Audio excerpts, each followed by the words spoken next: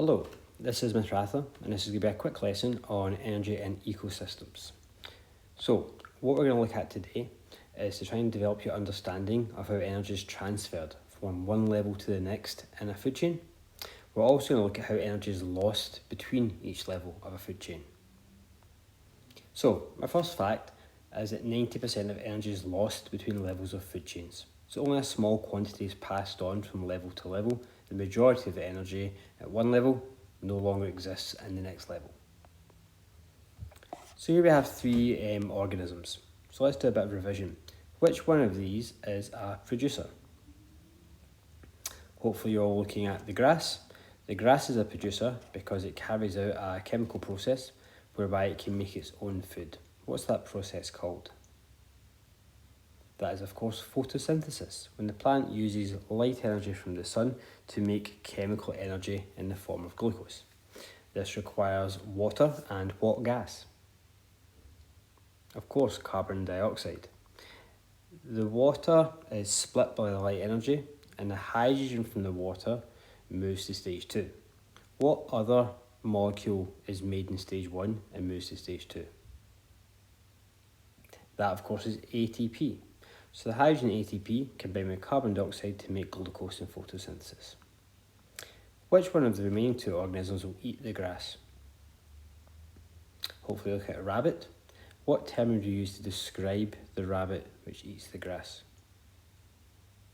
That would be a primary consumer, which makes the cheetah a secondary consumer because it consumes its energy by eating the rabbit consumes its energy by eating the grass, and the grass produces its own chemical energy using photosynthesis. So let's do a couple of quick revision things with the rabbit. If I was to say the rabbit only eats grass, what term would you use to describe the rabbit? That would hopefully be a herbivore. So if I was saying the rabbit is a herbivore, it lives under the ground, it comes out during the day to feed. The rabbit is prey to the cheetah, and the rabbit itself is actually a habitat for small fleas. All these descriptions, there's one word to describe what I'm using there. So what's the key term that would describe the role the organism, the rabbit, is playing in its environment? Okay, that's the niche. And then the cheetah. Looking at a picture of the cheetah, how has that cheetah evolved to be an effective hunter? Okay, so the cheetah is a predator because the cheetah is well camouflaged with the environment around about it. The cheetah is very fast.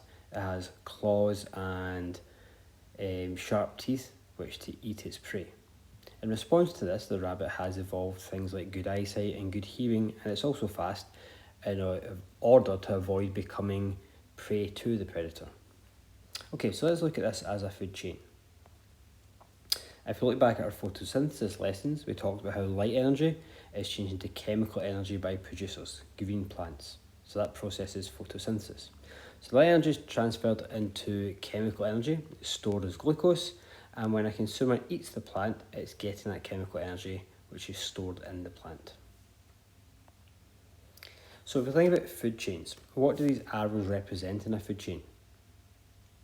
The arrows, of course, represent the direction of the flow of the energy.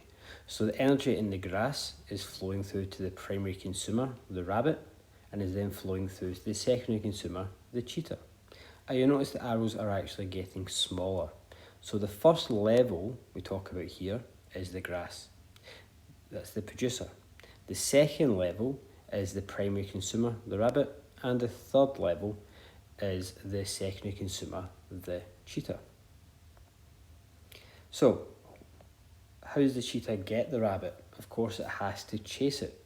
So it's using up energy to try and get the rabbit so that it can gain more energy. Obviously, the cheetah, for it to stay alive, has to consume more energy by eating enough rabbits than it's using up through movement. So that's one of the main uses of our food. We're either using that energy for movement or we're using it for growth.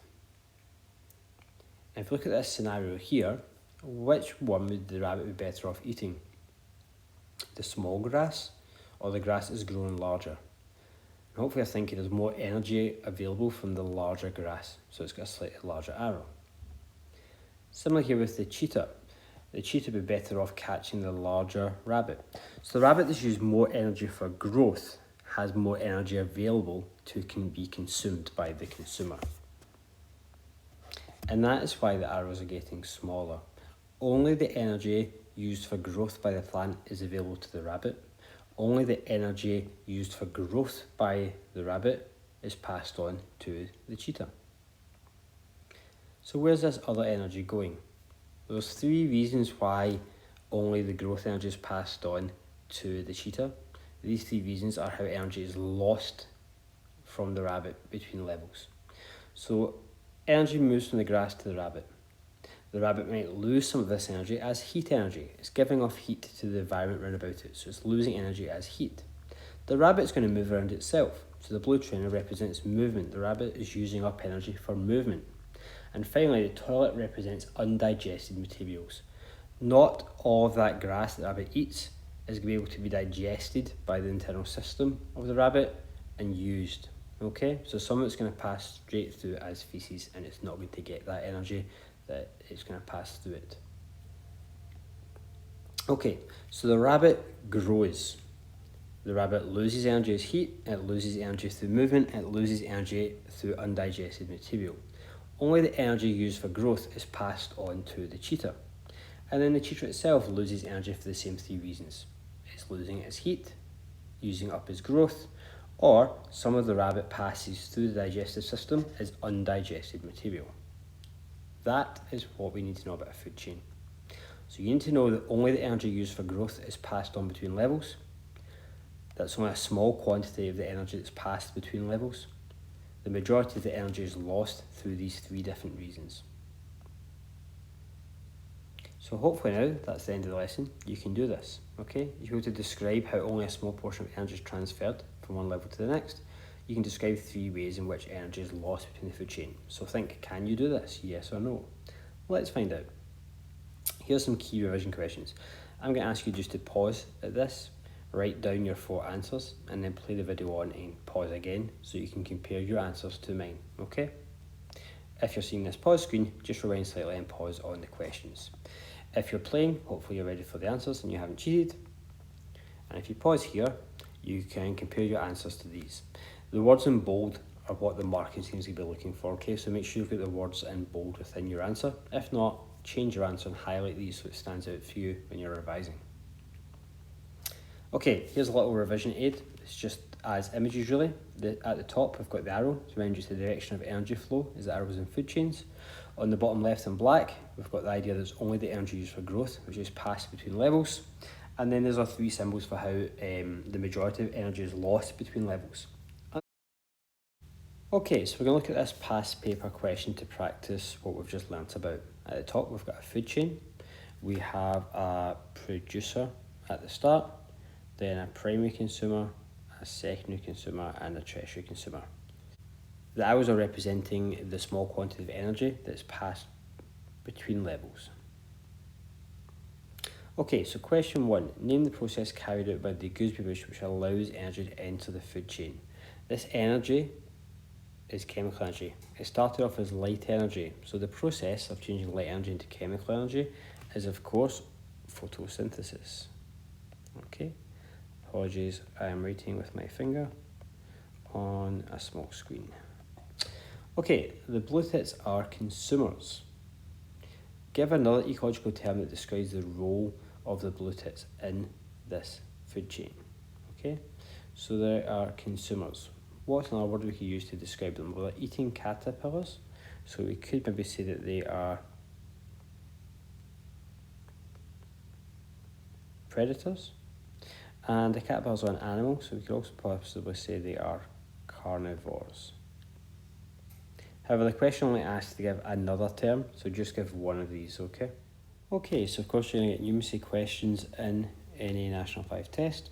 This one shows the fate of 20 joules of energy gained from the caterpillar from its food. So let's just select to mark this up. Okay, here we go. So the caterpillar has gained 20. It's going to lose some from heat and movement, some's going to pass straight through as feces. So these are not available for the next level. Only these three are. So calculate the percentage of its intake that's used for growth. So it's using 3 out of the 20. As that a percentage then, we would do 3 divided by 20 times 100. And if you do it in your calculator now, you should get the answer 15%. At the bottom it says tick one box to identify which of the fates allows energy to be passed on to the next level in the food chain. Okay, so that's the one I've circled, it's growth. Heat and movement are two ways it's lost. Feces represents undigested material, so that's also a loss, so only growth is passed on to the next level.